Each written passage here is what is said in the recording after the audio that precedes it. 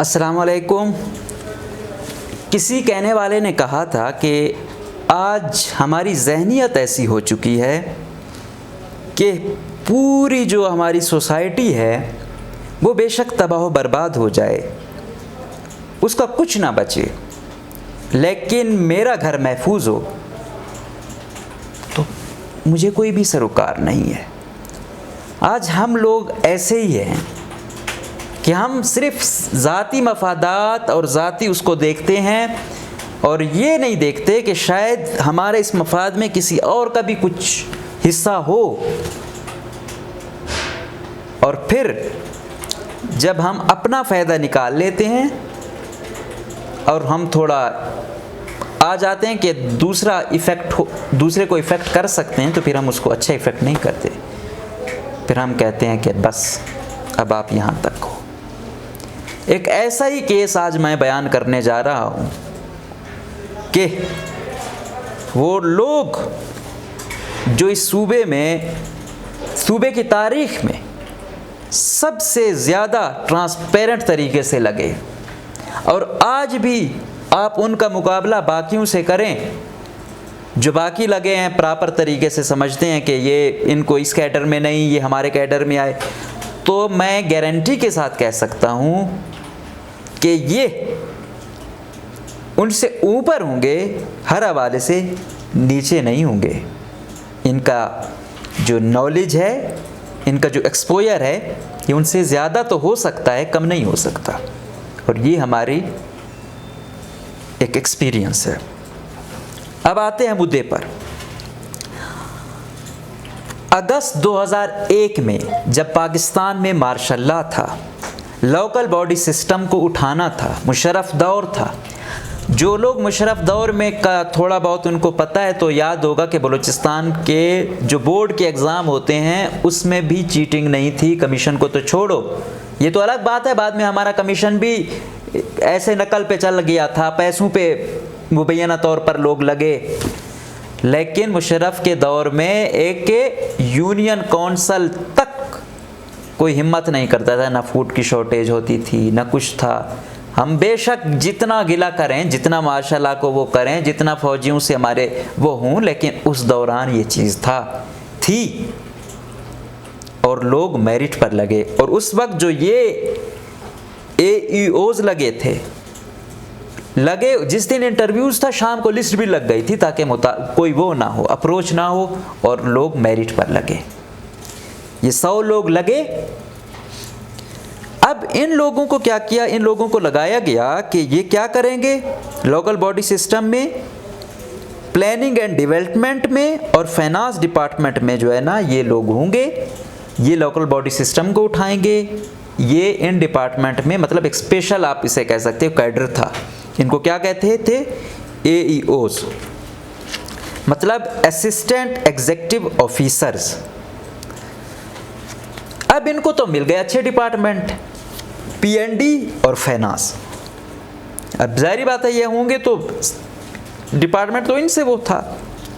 फिर क्या होता है, हमारे साहिबान ये जो बनी हुई हैं और हमारी ये एसोसिएशंस BSS और BCS वाले, इन्होंने कहा कि भाई आप तो वैसे वो हो, एक कैडर आए हो, क्योंकि 2008 में बदकिस्मती से पीपल्स पार्टी की हुकूमत आई, ख़त्म किया गया इसको, लोकल बॉडी सिस्टम को। पहले तो आपको पता था कि ये लोकल बॉडी सिस्टम में नाजिम, DC को भी नाजिम के जो है ना अंडर कर दिया था। एक हिसाब किताब था, नाजिम, नायब नाजिम, लोकल सिस्टम उठा था, कुछ काम भी हुए थे। लेकिन बस फिर MPA मैनेज की जो है ना वो थी, हेजमनी बनानी थी, लूट मार के तरीके वो करने थे, तो सिस्टम ख़त्म किया गया। ये हमारी जमहूरियत।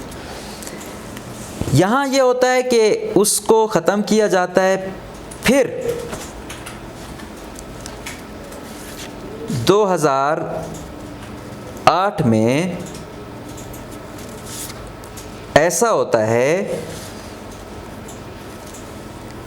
कि ये जो BCS वाले हैं और BSS वाले हैं, ये कहते हैं कि ये जो AEOs वाले हैं ये हम में मतलब जम हूँ, और बड़े वो भी करते हैं कि भाई ये जो नई रिक्रूटमेंट होगी वो भी उसमें ये आएंगे, हमारे जो प्रमोटी हैं वो इससे सीनियर होंगे, मतलब बड़ी अपनी उससे, और ये जो इनको ये मिल रहा है इसी में ये है, ये किसी भी फोरम पे जाके अपनी सीनियरिटी क्लेम नहीं करेंगे, मतलब तमाम चीज़ें इनसे लिखवा ली।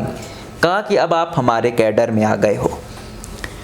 तो चलो उन्होंने कहा ठीक है भाई, हम भी एसी बनेंगे, डीसी बनेंगे, इसी तरीके से ये वाले लोग भी आएंगे, पीएनडी में आएंगे, फाइनेंस में आएंगे। फिर क्या होता है, फिर सुप्रीम कोर्ट में एक केस चला जाता है कि भाई अटैच डिपार्टमेंट के लोग ये इसमें आ रहे हैं, मतलब एसी डीसी बन रहे हैं। सिंध का एक केस था। तो जब ये चीज़ आ गई तो सुप्रीम कोर्ट ने वो किया था कि जितने भी वो बाकी वाले इस बीसीएस वाले उससे हट के हैं वो इसमें नहीं आ सकते, ये कैडर है, वो नॉन कैडर हैं, वो अपने पेरेंट डिपार्टमेंट में जाएं और जहां वो थे उसी से वो अपनी वो शुरू करेंगे, ना कि ये क्लेम करेंगे कि हम सीनियरिटी में हैं, ये है वो है। अच्छा, तो जब ये केस आया, अब क्या हुआ कि बीएसएस और बीसीएस वालों ने जो खुद उनको और चीफ सेक्रेटरी को लिखा हुआ था, आप साइड पर ये देख भी रहे होंगे कि उस वक्त के जो हमारे साहिबान थे, उमर बाबर जो अभी रिसेंटली रिटायर हुए हैं बीसीएस ग्रुप के, और नसीबुल्लाह बाज़ई साहब जो बड़े उस्ताद साहब थे, उन्होंने उनको उनका कंसेंट था for the merger of EOs into the BCS cadre B17। तो इन दोनों ने मंजूरी दी थी। लेकिन जब वो केस आया, अब ये आ गए उस ग्रुप में, पीएनडी और फाइनेंस भी इनसे हट गया, तो एक और उस्ताद साहब लसबेला के उस वक्त थे ADC general Tariq Javed mangle, जो यहाँ बाद में एडमिनिस्ट्रेटर भी बना, क्वेटा का एसी भी रहा, फिर डीसी चमन भी रहा, किला अब्दुल्ला रहा। तो वो कितना अहल था वो भी हमें पता है। लेकिन ये साहब ज़्यादा चालाक बन के जाते हैं, केस लगा देते हैं सुप्रीम कोर्ट में। सुप्रीम कोर्ट वही जवाब बना के कहते हैं कि भाई इन सब को अपने अपने उसमें वो करो, ये अपने जो है ना ये रिलीविंग वो करें। उस वक्त BAOs वालों के 8 DC और 2 एडिशनल कमिश्नर थे। उन सब को कहा कि आप SNGAD में रिपोर्ट करें। ये 15 दिसंबर 2016 की बात है। ये हुक्मनामा आता है, सुप्रीम कोर्ट 4 हफ्तों का टाइम चीफ सेक्रेटरी को देती है और उनको कहा जाता है कि आप यहाँ पर आएँ। ये वो वक्त है जब नवाज शरीफ का ये पानामा वाला केस चल रहा होता है। इन AEOs की जो बदकिस्मती है वो ये थी कि ख्वाजा हारिस इनका भी वकील था, नवाज शरीफ का भी था। तो जज साहबान पहले उस पे तपे होते थे, वो उस केस में वो होता था, जब ये जाते थे तो वो उस तरीके से वो ही नहीं कराते थे, तो इनके खिलाफ गया। ये 2016 से लेके अभी ये रिसेंटली कहा जा रहा है कि अभी तक तो वो नहीं आया, लेकिन ये कह रहे हैं कि बहाल किया है, और उसमें अब्दुर्रहमान बुज़दार है, लालजान जाफ़र है, उनको तनकीद का निशाना भी बना रहे हैं। लालजान के बारे में ये कहा जा रहा है कि उसका एक भाई क्योंकि AEOs है तो इस वजह से जो है ना उसने ये किया है। तो लालजान का जो ये भाई है इसकी टोटल सर्विस रहती है 7 साल होगी या 8 साल होगी। उसका BSS में जो भाई है उसकी सर्विस कम अज़ कम भी 27-28 साल तो रहती है।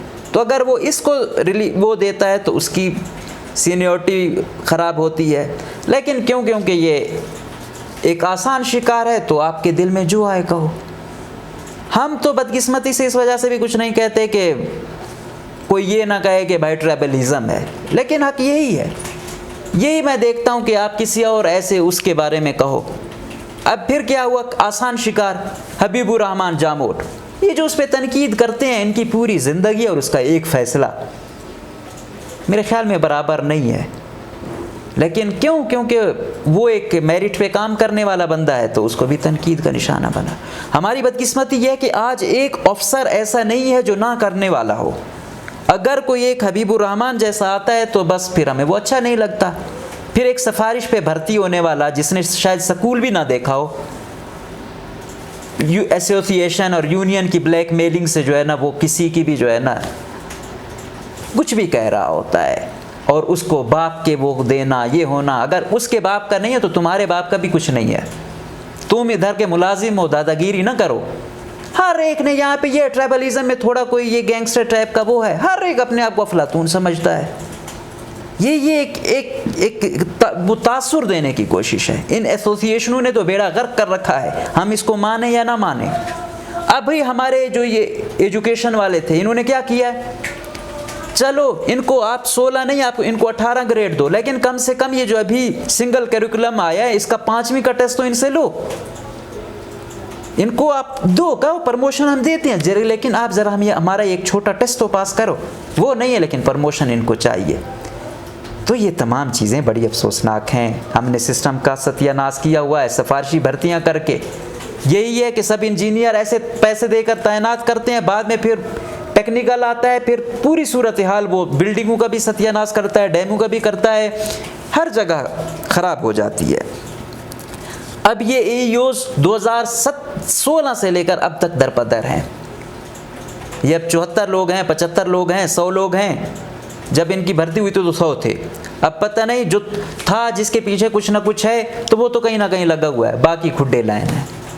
अब हम बात करते हैं कि चलो BCS वाले या BSS वाले हमारे जो दोस्त हैं वो कहते हैं कि नहीं भाई इनको अपने पेरेंट उसमें वो करें।